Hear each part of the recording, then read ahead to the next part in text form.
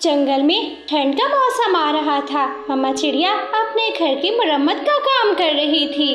मम्मा चिड़िया के 2 बच्चे थे जो कि मम्मा चिड़िया ने उसी पेड़ पर थोड़ी ही दूर घोंसले में बिठाए हुए थे। मम्मा आप थोड़ा सा आराम कर ले, आप बहुत थक गई होंगी। मम्मा मुझे भूख भी बहुत लगी है। बस बेटा थोड़ा सा काम बाकी है, फिर बाद में मैं अपने बच्चों को दाना ला दूंगी। फिर उड़ता हुआ कालू कौवा कुछ लकड़ियाँ लेकर चिड़िया के पास आता है। चिड़िया मैं ये लकड़ियाँ घर बनाने के लिए लाया था, पर फिर मैंने सोचा घर बनाना तो बहुत मुश्किल काम है। मैं किसी पेड़ की खोखड़ में ही सर्दियाँ गुजार लूँगा, घर नहीं बनाना मैंने। कभी भैया सर्दी के दिनों में आपको बहुत दिक्कत होगी। ना चिड़िया, मुझे कोई दिक्कत नहीं होगी। बस अब ये लकड़ियाँ तुम रख लो, मुझे इनकी कोई जरूरत नहीं है।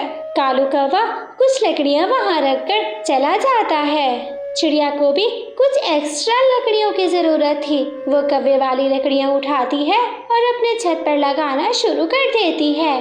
कुछ ही समय में चिड़िया का घर तैयार हो जाता है। फिर चिड़िया अपने नए घर में अपने बच्चों को बिठाती है और उनके लिए दाना लेने चली जाती है। चिड़िया क्या तुम्हारा घर बन गया है? तोते भैया हाँ मेरा घर बन गया है। मुझे कुछ लकड़ियों की जरूरत थी तो वो मुझे कालू कौवे ने ला दी। कालू कौवा वो तो खुद इतना आलसी है, उसने तुम्हारी मदद कैसे कर ली? तोते भैया मदद की बात नहीं कर रही, उसने कुछ लकड़ियाँ इकट्ठी की थी अपना घर बनाने के लिए। बाद में उसका विचार बदल गया कि वो अब पेड़ की खोखड़ में रहेगा। फिर उसने अपने वाली लकड़ियाँ मुझे दे दी और मैंने अपने घर की छत मरम्मत कर ली। फिर चिड़िया अपने बच्चों के लिए दाना लेकर घर चली जाती है। फिर अगले दिन ठंडी हवा के साथ साथ बर्फ भी गिरना शुरू हो जाती है। कालू कौवे के लिए उस पेड़ पे रखे हुए तिनकों के घोंसले में रहना मुश्किल हो गया था। जब उसे ज्यादा ठंड सताती है तो वो अपना घोंसला उठाता है, पेड़ की खोखड़ में छुपने के लिए आ जाता है। वो पेड़ की खोखड़ में अपना घोंसला रखकर लेट जाता है। हाँ यहाँ ठीक है, ठंडी हवा भी नहीं लग रही और ना ही बर्फ गिर रही है। कालू कौवे ने अभी सूख के 2 सांस ही लिए थे कि वहाँ पर सांप आ जाता है। कौवे ये मेरा घर है, पेड़ के खोखड़ वाला, चले जाओ वरना मैं तुम्हें जान से मार दूंगा। नाग जी गर्मियाँ थी जब मैं इस खोखड़ में नजर रखे हुए था, अब जब मैं घोंसला लेकर आया तो फिर तुम अपना हक जताने कैसे आ सकते हो? तुम जाओ यहाँ से, मैं यहाँ पर कई दिनों से रह रहा हूँ। वो करता भी तो क्या, आखिरकार वो अपना घोंसला उठाकर उस पेड़ की खोखड़ से बाहर आ जाता है। फिर उसके दिमाग में एक शैतानी आती है और वो सीधा चिड़िया के घर जाता है। चिड़िया बाहर आती है। क्या बात है कवि भैया, जल्दी से बताएं, बाहर ठंड बहुत है। हाँ ठंड है तो मैं यहाँ पर आया हूँ। बात कुछ यूँ है, तुम मुझे मेरी उस दिन वाली लकड़ियाँ वापस कर दो। कौवे की बात सुनकर रानू चिड़िया तो हैरान हो जाती है। क्या कहा कौवे? लकड़ियाँ, तुम मुझे मेरी लकड़ियाँ वापस कर दो, जो लकड़ियाँ मैं तुम्हें उस दिन देकर गया था। कौवे भैया अब मैं आपको कैसे दे सकती हूँ वो लकड़ियाँ तो मैंने अपने घर की छत पे लगा दी हैं। अच्छा तो फिर मुझे अपने घर की छत ही दे दो। कौवे पागल हो गए हो क्या? मैं तुम्हें घर की छत दे दूँ तो फिर मेरा और मेरे बच्चों का क्या बनेगा? मैं नहीं जानता, कुछ भी करो, मुझे मेरी लकड़ियाँ वापस दो। मैं नहीं दूंगी। अच्छा तो मैं भी देखता हूँ, तुमसे लेकर ही रहूँगा, देखता हूँ तुम मुझे कैसे नहीं देती मेरी लकड़ियाँ। शोर सुनकर चिड़िया का पड़ोसी चाचा कबूतर भी वहाँ पर आ जाता है। रुको क्या हो गया है? तुम चिड़िया और कौवा आपस में क्यों लड़ रहे हो? चिड़िया कबूतर को सारी बात बताती है। अब ये मुझसे लकड़ियाँ लेने आ गया है, क्या मैं इसको अपने घर की छत उतार कर दे दूँ? यार कबूतर, वो लकड़ियाँ तो मेरी थी, अगर इसको मैंने दे दी तो क्या हुआ? अब मुझे जरूरत पड़ गई तो फिर मुझे मेरी चीज वापस करे। चिड़िया तुम एक काम करो, तुम कौवे को कुछ दिन अपने घर में रख लो, ठंड के दिन है, ये बेचारा जाए भी तो कहाँ जाए। कबूतर के किए हुए फैसले पर चिड़िया मान जाती है और वो कालू कौवे को अपने घर लेकर आ जाती है। वो वहाँ उस कोने में रखना अपना घोंसला, और हाँ, मुझसे कोई फजूल बात नहीं करना, कोई छेड़छाड़ नहीं करनी सुंदर चिड़िया देखकर। मुझे तो नींद आ रही है, मैं तो चला सोने। दूसरे दिन जब कालू कौवा गहरी नींद से उठता है तो वो देखता है चिड़िया घर में नहीं थी। चिड़िया के बच्चे दाना खा रहे थे। कौवे को भी बहुत जोरों की भूख लगी हुई थी और वो चिड़िया के बच्चों के पास जाता है। बच्चों, क्या तो मेरे साथ खेलना पसंद करोगे? हाँ कौवे अंकल, हम आपके साथ खेलते हैं। अच्छा बच्चों, फिर जल्दी से अपनी आंखें बंद कर लो, आज मैं तुम लोगों को बंदर बन के दिखाऊंगा।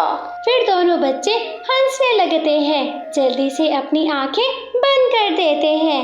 कालू कौवा आगे बढ़ता है। वो गुड़िया का दाना और कुकू का दाना मिनटों में ही खत्म कर जाता है। अंकल, अब हम आंखें खोले, अब बंदर बन गए क्या? बच्चों, कल बनूंगा मैं बंदर। मुझे तो तरीका ही भूल गया कि बंदर कैसे बना जाता है। ऐसा कहकर कालू कौवा फिर से अपने घोंसले में जाकर लेट जाता है। कबूतर भैया, आपने तो मेरे हम मुसीबत डाल दी है। वो कालू का बच्चा पूरी रात खर्राटे लेता है, उसके खर्राटों से नींद नहीं आती, ना मुझे और ना ही मेरे बच्चों को। चिड़िया, गलती भी तो तुम्हारी है, तुमने क्यों लकड़ियाँ ली थी उस बुरे कौवे से? हाँ कबूतर भैया, गलती तो मेरी है, मैं मानती हूँ मेरी गलती है, पर मैं उसको अब बर्दाश्त नहीं कर सकती। फिर उस शाम चिड़िया अपने घर जाती है। अपने घर जाकर वो देगचे में खिचड़ी बनाना शुरू कर देती है। एक कोने में बैठा हुआ कालू कौवा चिड़िया को घूरे जा रहा था। चिड़िया, खुशबू तो बहुत अच्छी है, क्या बना रही हो? कौवे भैया, मैं अपने बच्चों के लिए खिचड़ी बना रही हूँ। फिर कुछ ही देर में खिचड़ी पककर तैयार हो जाती है। चिड़िया एक बर्तन में थोड़ी सी खिचड़ी कौवे को भी दे देती है। चिड़िया, तुम तो बहुत अच्छी हो, पर कौवे तुम बहुत बुरे हो, ऐसे ही मुफ्त में गले पड़ गए हो मेरे। फिर कालू कौवा तो बहुत ढीठ था, उस पर तो चिड़िया की बातें असर ही नहीं करती थी, वो सुनी अनसुनी कर देता था। फिर कालू कौवा वो खिचड़ी खाना शुरू कर देता है। कुछ दिन गुजर जाते हैं। अब बाहर ठंड के साथ साथ कोहरा भी भरने लग गया था। कौवे, शुक्र करो जो तुम मेरे घर में हो, अगर तुम बाहर होते तो ठंड के कारण मर चुके होते। चिड़िया, भोजन मुझे तुम दे देती हो, मुझे बाहर जाने की क्या जरूरत है? आइसक्रीम वाले की घंटी सुनने के बाद मम्मा चिड़िया हर रोज की तरह आज भी अपनी बेटी से कहती है, जब मेरी बेटी बड़ी हो जाएगी तो आप उसे आइसक्रीम लेकर देगी।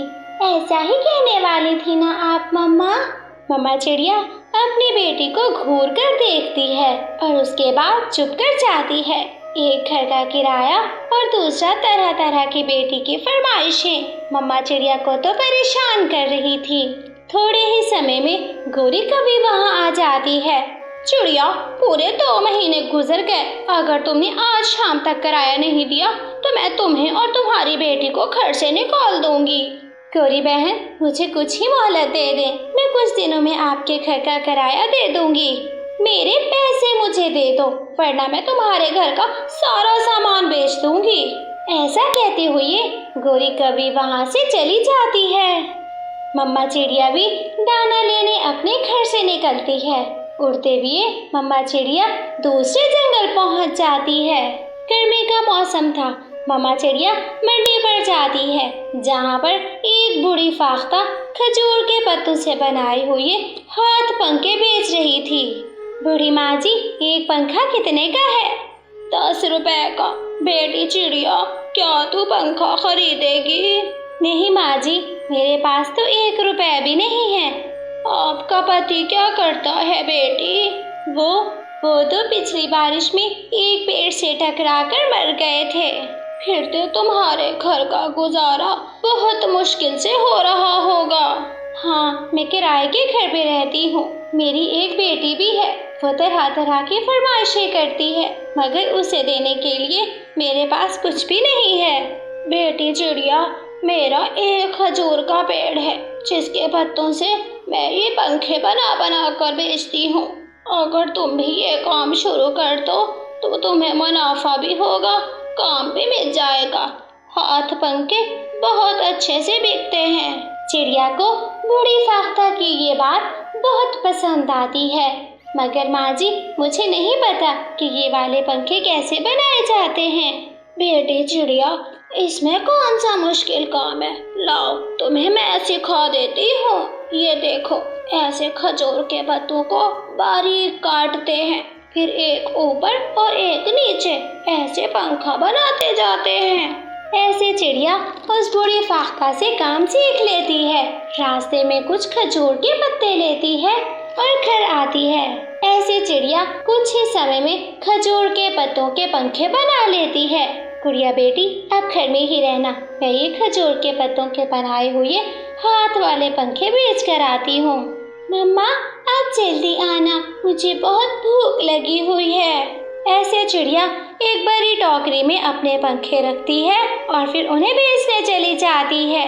पंखे लो, खजूर के पत्तों से बने हुए मजबूत पंखे लो। मिठू तोता चिड़िया से एक पंखा लेता है। मुझे माफ कर दो और कुछ खाने के लिए केवल सूखा चना ही दे दो। बात पक्षियों की होती तो हम तुम्हें माफ कर देते, बात तो जानवरों की है। तुमने जुल्म हमारे जानवरों पर किया है, अभी तुम्हें सजा मिली ही कहाँ है। जब उम्र भर भूख से प्यास से रोती रहोगी तब पता चलेगा तुम्हें। अब आइंदा कभी हमारे पास मदद मांगने मत आना।